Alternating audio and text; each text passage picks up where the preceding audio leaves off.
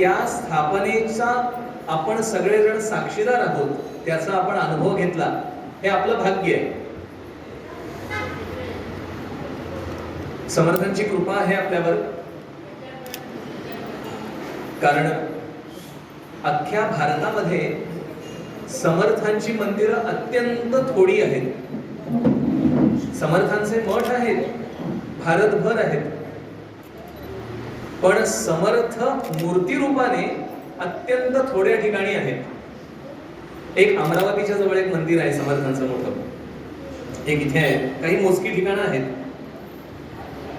समर्थांची ज्या ठिकाणी पूजा केली जाते अशापैकी आपल्या ठिकाणी हे एक आहे. आपल्या गावामध्ये हे मंदिर आहे, आपल्या जवळ हे मंदिर आहे. याचा आपल्या सगळ्यांना खूप अभिमान असायला पाहिजे. असं आहे की जी गोष्ट दुर्मिळ आहे ती आपल्याकडे आहे, ही आपल्या भाग्याची गोष्ट आहे. आणि अशी दुर्मिळ गोष्टीच्या जवळ मी राहतो हे तुम्ही छाती ठोकपणे सांगितलं पाहिजे समाजाला, की समर्थांच्या मंदिराच्या जवळ मी राहतो. मी नुसतं राहत नाही, तर समर्थांच्या मंदिरामध्ये मी सेवेला जातो. समर्थांचे विचार त्यांचं मी श्रवण करतो, आणि नुसतं श्रवण करून थांबत नाही, तर त्याचा प्रचार प्रसारही करतो. दासबोधाची आरती लिहित असताना कल्याण स्वामी म्हणतात, समर्थांचा मुख्य ग्रंथ दासबोध, त्याची आरती लिहित असताना कल्याण स्वामी म्हणतात, बहुत पुण्य गाठी तरी श्रवण लागे. आपल्याकडे भरपूर पुण्य जर असेल तरच दासबोधाचं श्रवण होतं. का? कारण दासबोधामध्ये खूप लक्षणं सांगितली आहे. तुम्ही म्हणाल मग पुण्य असेल तर लक्षणांचं श्रवण कसं होईल?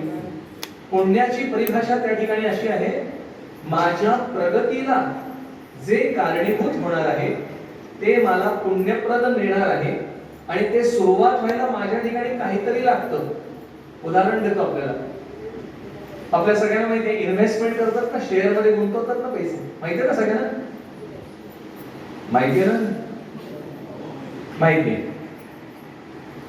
मला सांगा, शेअर मध्ये अजिबात न गुंतवता शून्य पैसे गुंतवून तुम्हाला कधी मिळालेत का परत? असं होणार आहे कधी? नाही होणार आहे. काहीतरी थोडे का होईना आपल्याला तिथे गुंतवावे लागतात.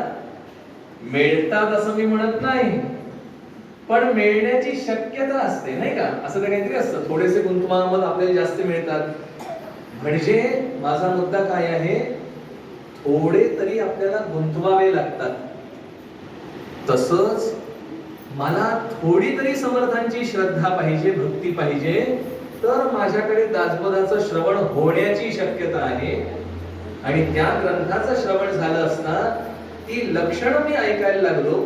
लक्षणं म्हणजे गुणधर्म ती ऐकली की माझ्या ठिकाणी काय त्रुटी आहे, माझ्या ठिकाणी काय कमतरता आहे, हे मला समजायला लागतं.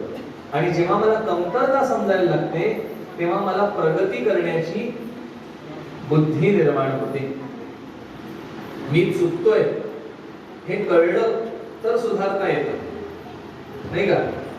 मी चुकतोय हे जरी मान्य असतं का? मी चुकतोय हे मान्य नसतं. मान्य होणं याला थोडीशी पुण्याई लागते.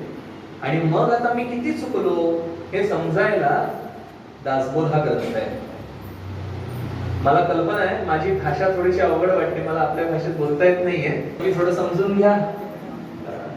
तुम्हाला थोडी तरी मराठीची सवय आहे, मला तुमच्या भाषेची अजिबातच सवय नाहीये. तिथे आता अनाउन्समेंट केल्यानंतर मी विचारलं काय सांगितलं, मग आज जायचंय. मला चला आज जाऊया, असं थोडस.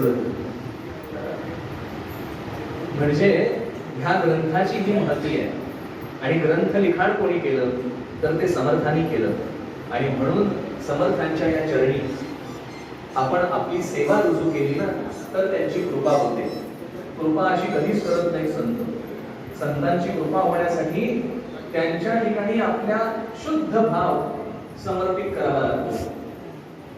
माझं त्यांच्यावरचं प्रेम मी कसं दाखवेन? आपण लहान मुलांच्या जवळ जातो, एखाद्या घरी गेलो तर आपण काय करतो, त्या मुलाला काहीतरी खाऊ घेऊन जातो, एखादं गिफ्ट काहीतरी घेऊन जातो, बरोबर आहे की नाही? का घेऊन जातो? आपलं त्याच्यावरचं प्रेम व्यक्त करण्याचं साधन म्हणजे ते गिफ्ट किंवा तो खाऊ असतो. तसं माझं समर्थांवर प्रेम आहे मी कसं दाखवणार? तर त्यासाठी मला त्यांची सेवा करायला पाहिजे.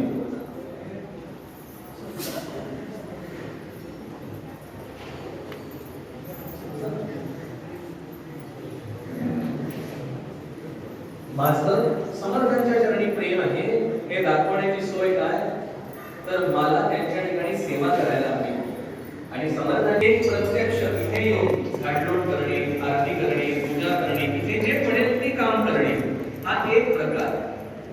आणि तसा दुसरा प्रकार समर्थांनी जे सांगून ठेवलेलं आहे ते विचार लोकांपर्यंत पोहोचवणे. आपण अंगी बाळगणे, मी स्वतः माझ्या जीवनात ते विचार उतरवणे आणि ते विचार लोकांपर्यंत पोहोचवणे. अशा प्रकारे सेवा जर घडली तर ते आपल्यावर कृपा करतात, त्याच्याशिवाय ते कृपा करत नाही.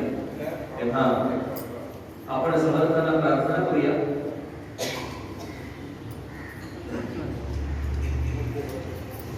आणि कृपा व्हायला माझ्याकडनं सेवा हवी. मात्र सेवा मला करणं शक्य आहे का? नाही. ते पण त्यांच्याकडे सोपवावं.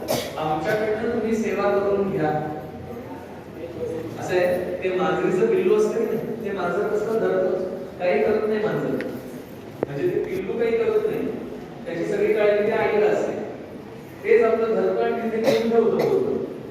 पण ते काही करत नाही. ते मांजरीचं पिल्लू आईने उचलल्यावर हे ते करतं. कळलं का काय करतं ते?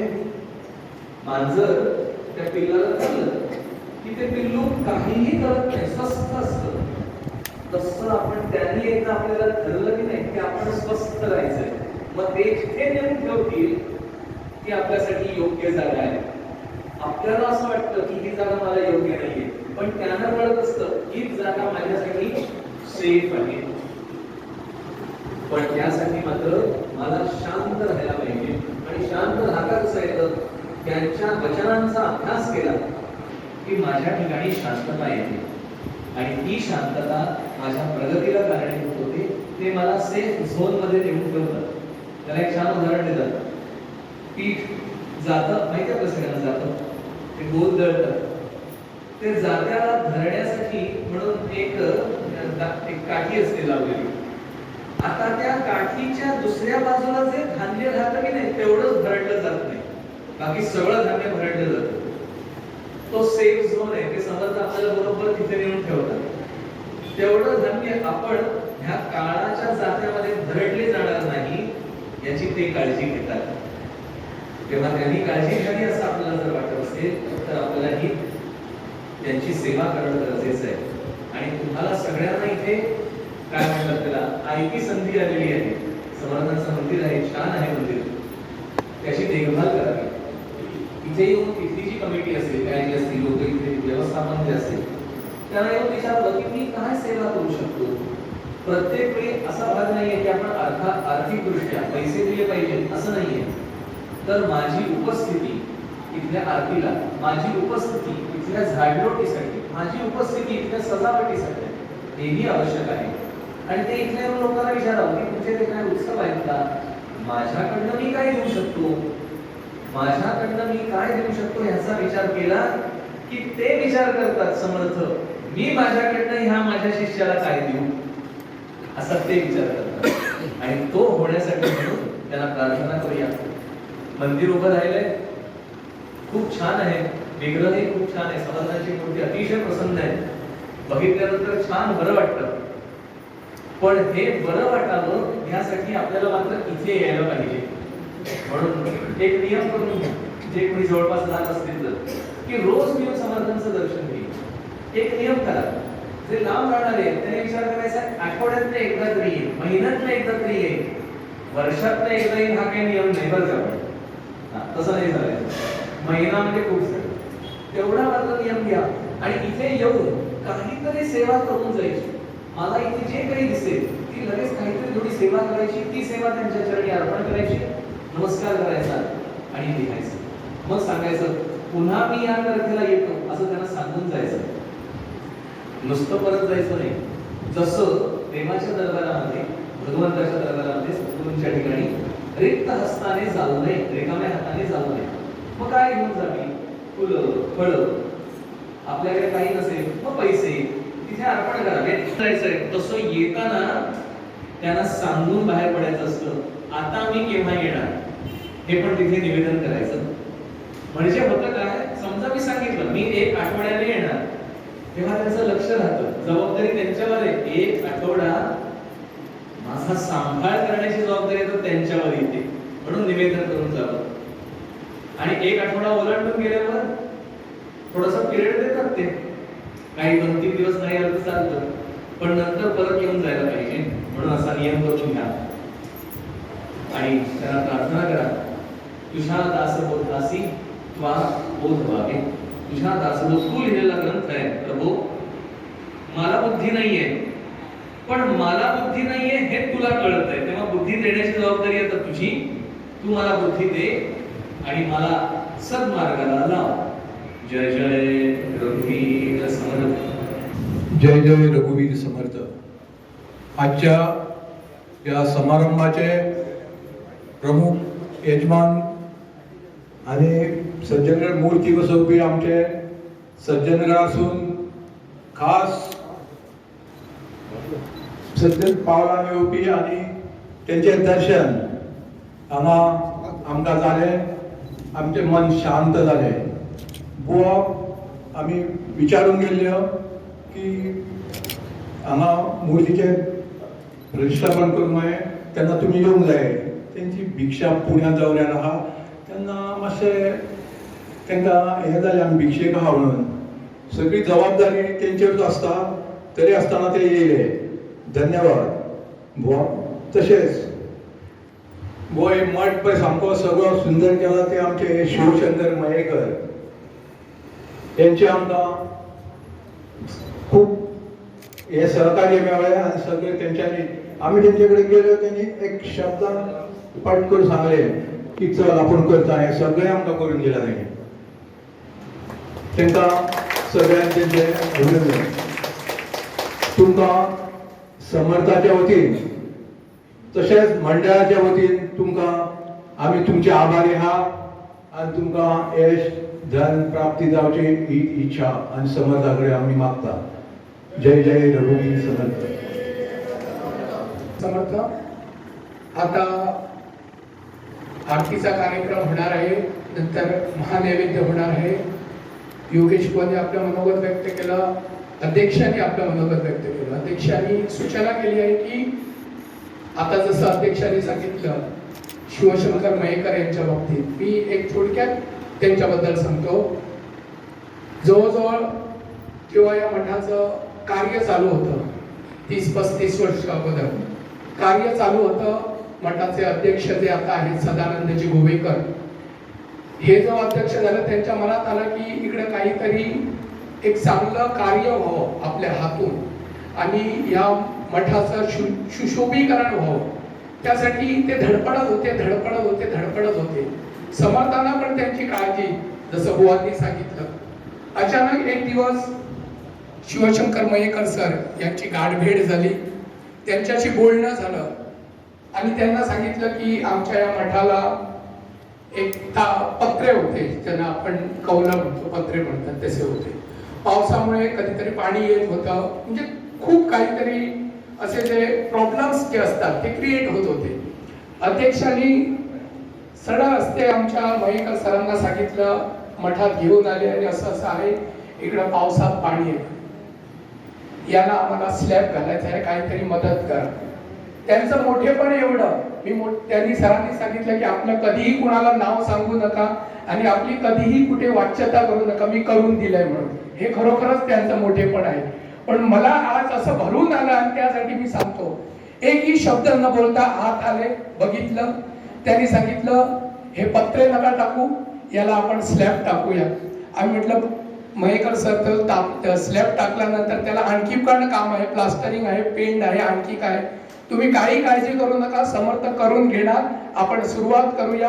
आणि खरोखरच सांगतो आज 6-7 महिन्यात ही सुंदर वास्तू मयेकर सरांनी आम्हाला करून दिलेली आहे. खरोखरच मी समर्थांकडे अध्यक्षांनी जसं सांगितलं त्याप्रमाणे त्यांनी हे स्लॅबचं काम, प्लास्टरिंगचं काम, पेंटिंग काम, ही फरशी, कुठलेही काही अपेक्षा मनात न ठेवता, म्हणजे आपलं नाव यायला पाहिजे, आपलं नाव घ्यायला पाहिजे, आपल्याला एक स्थान दिलं पाहिजे, असेल कुठलीही अपेक्षा त्यांची नाही.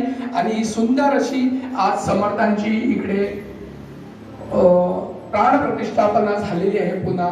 आणि त्यासाठी खरोखरच मी मठाच्या वतीने, कमिटीच्या वतीने मयेकर सरांचं खूप खूप मनापासून आभार व्यक्त करतो. समर्थांना चरणी प्रार्थना करतो त्यांना दीर्घ आयुष्य लाभो, त्यांना संपत्ती प्राप्त हो आणि त्यांच्या हातून समर्थांची आणि हिंदू धर्माची अशीच सेवा घडो, ही मी समर्थांच्या चरणी इकडे प्रार्थना करतो. आणि आता सगळ्यांना विनंती करतो की आपण आता इकडे आरती करूया. आरती नंतर महानैवेद्य आहे. महानैवेद्यासाठी सगळ्यांनी बाजूच्या हॉलमध्ये महानैवेद्य ठेवलेला आहे, रांगेत जावं.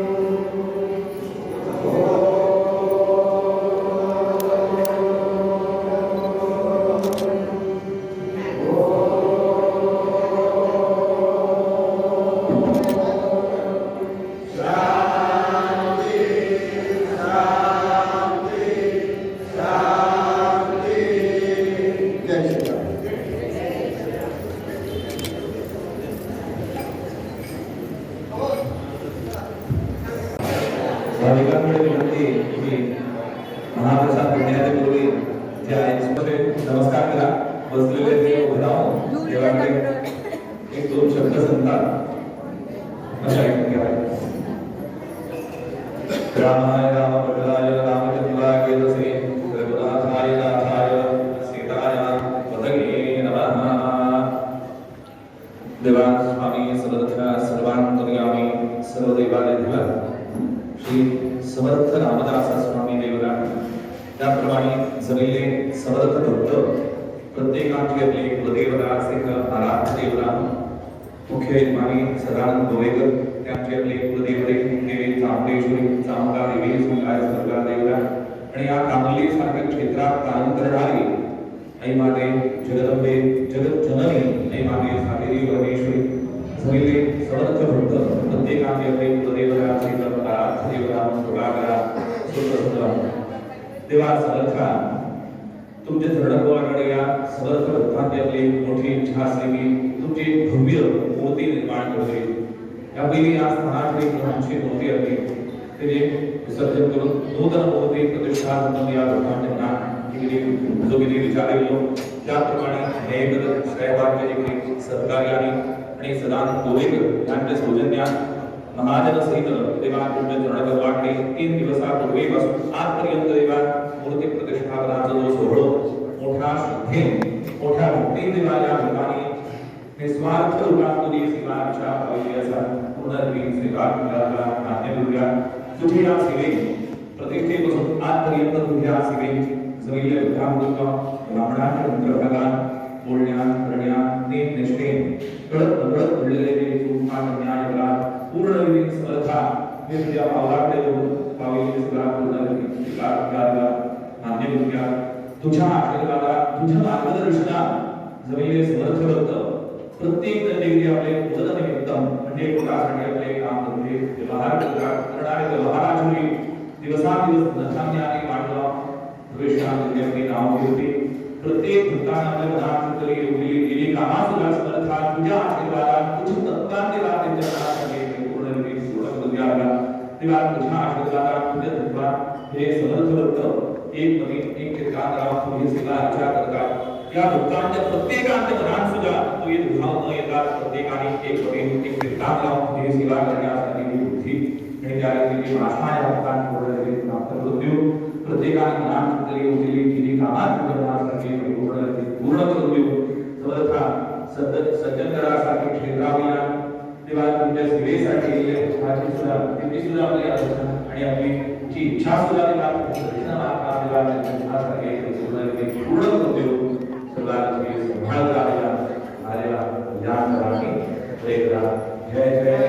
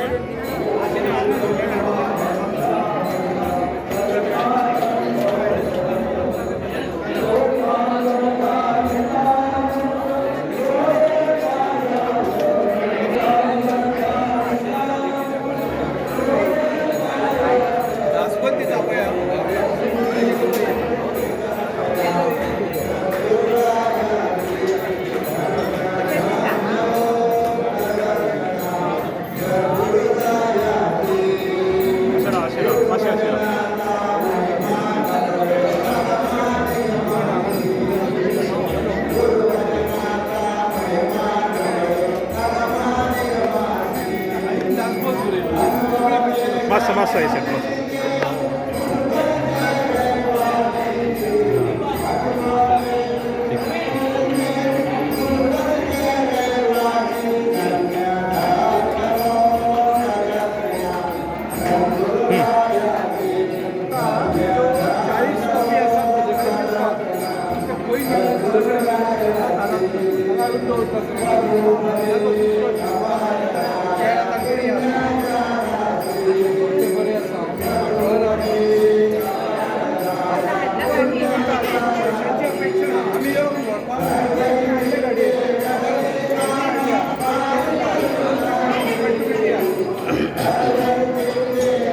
एक मिनिट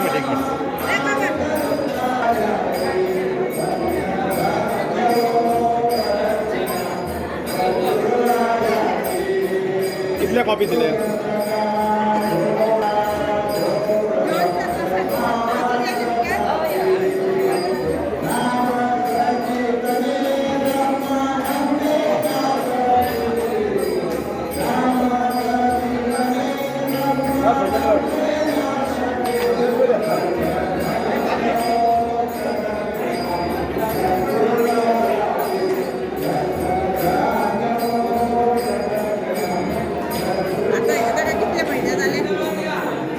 फाटी रावता आणि मागीर म्हणटा आमकां दी मागीर आमकां